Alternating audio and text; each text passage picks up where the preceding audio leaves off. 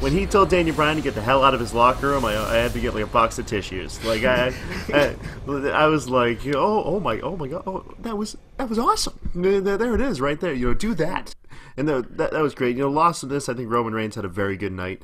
Maybe the best he's had in his singles career, with the exception of the fact he did the job to Big Show. That was kind of irritating. I want to go back to what he said, though. He said, I don't care who I face at Fastlane, whether it's Seth or you. I'm going to win, and I'm going to WrestleMania, where whether the world or you like it or not, now get the hell out of my locker room. I jumped up like, he's back. There he goes. That's Roman Reigns. Roman Maivia, Roman Cena, they've left the building. Roman Reigns has returned. Now, here's the thing, though. What happens if this whole clusterfuck of a bumblefuck that is this Daniel Bryan Roman Reigns buildup turns into Roman Reigns moving forward as that guy? That, him combating the crowd favorite can almost turn him into the kind of just the badass that is necessary to move forward with. And if you do that, I think you're going to maintain a section of the crowd that will like him, even though people might not like him for beating Daniel Bryan, even though people are going to want Daniel Bryan in that spot. I think that as long as you have him in a situation where he's like that, where he's like just whooping ass and taking names, that gets somebody over. We've seen that a million times.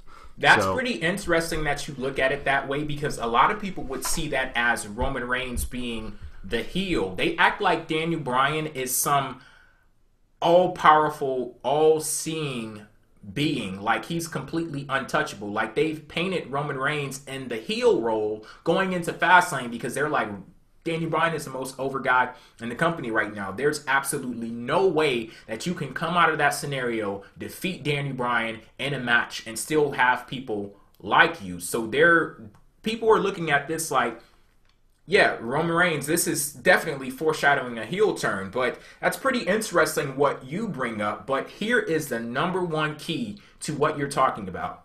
WWE has to be unapologetic about it.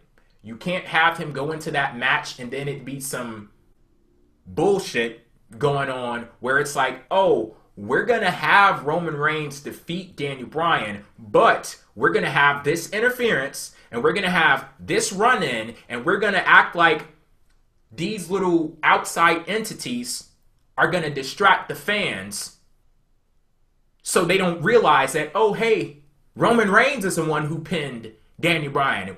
We hate that guy. Like, it has to be unapologetic. If you try to screw people around, then they're going to turn around and they're going to screw you right back. Because we just saw in that Triple H podcast, this is the reality era. And he explained why this is the reality era. You can't do things a certain way and act as if people aren't supposed to see right through exactly what it is that you're trying to do. So if they're unapologetic about it, they have that match straight up, no BS. Roman Reigns goes out there and he defeats Daniel Bryan clean.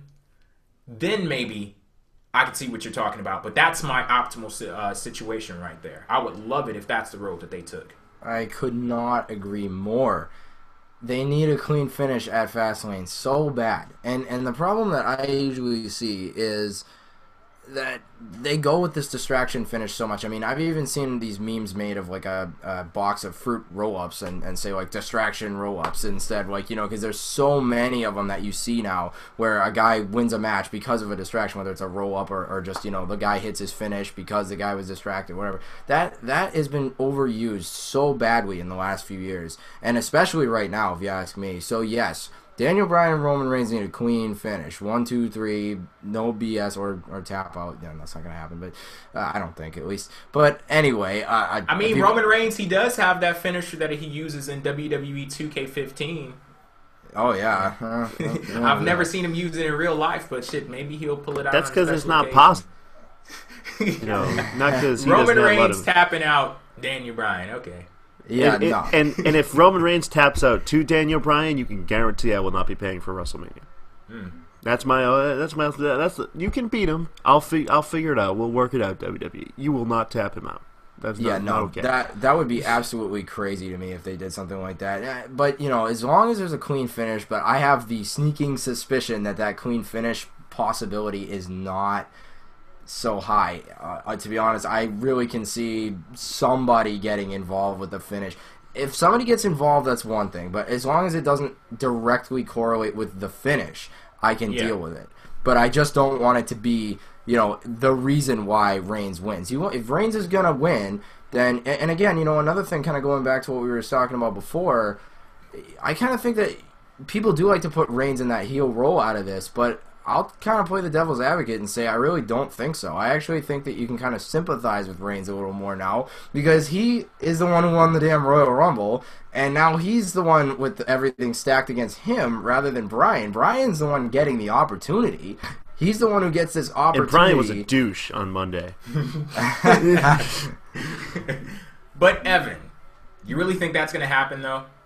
No, I don't. But I'm just saying from my perspective, again, I have a different perspective from the majority. Mm-hmm. So I definitely think that a lot of people are still going to look at it as, Roman is the heel here because Bryan's Bryan. It's not even because of anything else. It's just because Bryan is Bryan and he's over. And that's it. So people just, will go to that. But honestly, you can kind of see why people would sympathize with Roman Reigns because of the fact that, man, if you go based off just the storyline, well, hey, he won the Royal Rumble, and now he's the one with the deck stacked against him, to be honest with you.